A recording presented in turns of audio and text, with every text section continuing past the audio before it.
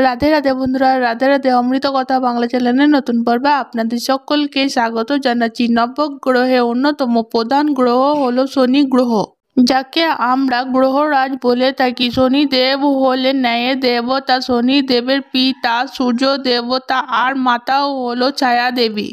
হিন্দু ধর্মে বহু দেবী দেবতার অর্চনা করা হয়। শ্রী দুর্গা, কালী, কৃষ্ণ, লক্ষ্মী, গণেশ, বহু দেবী দেবতার অর্চনা করি আমরা, এবং সেই দেবী এবং দেবতার ছবি বা মূর্তি আমরা আমাদের ঠাকুর ঘরে রাখি এবং পুজো করি। এছাড়া আমরা মন্দিরে গিয়েও সেই দেবী এবং দেবতার অর্চনা করি। কিন্তু হিন্দু ধর্মে এমন একজন দেবতা রয়েছে যার পুজো বাড়িতে করা হয় না। তার ছবি বা মূর্তি বাড়িতে রাখা নিষিদ্ধ করা হয়। কেন এমন নিয়ম আছে আজকের পর্বে জানবো। গ্রহরাজ শনিদেবের ছবি বা মূর্তি বাড়িতে রাখতে কেন নিষিদ্ধ করা হয়? ঠাকুর ঘরে শনিদেবের ছবি বা মূর্তি কেন রাখা হয় না? আসুন জেনে নেওয়া যাক আজকের পর্ব থেকে। সবটাই জানবো এই ভিডিওর মাধ্যমে। ভিডিওতে যাবার আগে অমৃত কথা বাংলা চ্যানেলটিকে অতি অবশ্যই সাবস্ক্রাইব করুন, লাইক করুন, কমেন্ট করুন এবং শেয়ার করুন। আদারমি করে নোটিফিকেশন ঘন্টাটি বাজিয়ে দেবেন।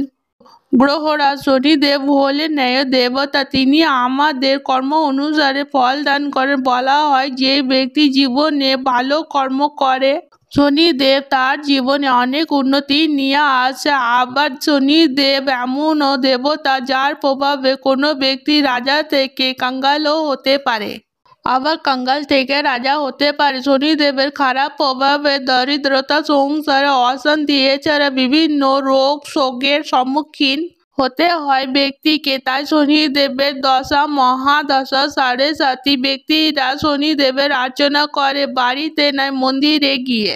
শনিদেবের পুজো করার জন্য সরষের তেলের প্রদীপ জ্বালতে বলা হয়। এতে শনিদেব অত্যন্ত সন্তুষ্ট হয়। হিন্দু ধর্মের প্রাচীন গ্রন্থ থেকে জানা যায়, কিংবদন্তি কাহিনী অনুসারে এক সময় শনিদেব ঘোর তপস্যায় মগ্ন ছিলেন। তখন তার স্ত্রী কোনো কারণে তার কাছে এসেছিলেন। কোনো কথা বলার কারণে তিনি শনিদেবকে অনেক ডাকাডাকি করার পরেও শনিদেব তার তপস্যা বা ধ্যান ভগ্ন করতে পারেননি।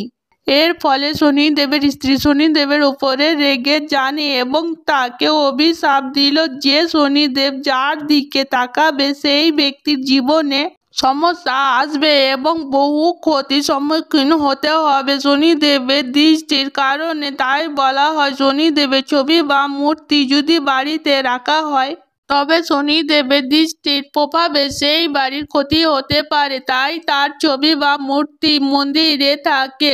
ভক্তরা মন্দিরে গিয়ে শনিদেবের অর্চনা করে। পরবর্তী সময়ে শনিদেবের যখন ধ্যান ভগ্ন হয়েছিল তখন শনিদেব নিজের ভুল বুঝতে পেরেছিল, কিন্তু এই অভিশাপ থেকে মুক্তি পাওয়ার উপায় শনিদেবের কাছে ছিল না। ভক্তদের মধ্যে এমনটাই বিশ্বাস রয়েছে শনিদেবের মন্দিরে গিয়ে শনিদেবের দিকে সরাসরি না তাকানো, এতে নাকি বলা হয় শনিদেবের খারাপ প্রভাব কোনো ব্যক্তির জীবনে পড়ে। আজকের পর্ব এই পর্যন্তই। অমৃত কথা বাংলা চ্যানেলের সঙ্গে থাকার জন্য আপনাদের অনেক অনেক ধন্যবাদ। রাধে রাধে।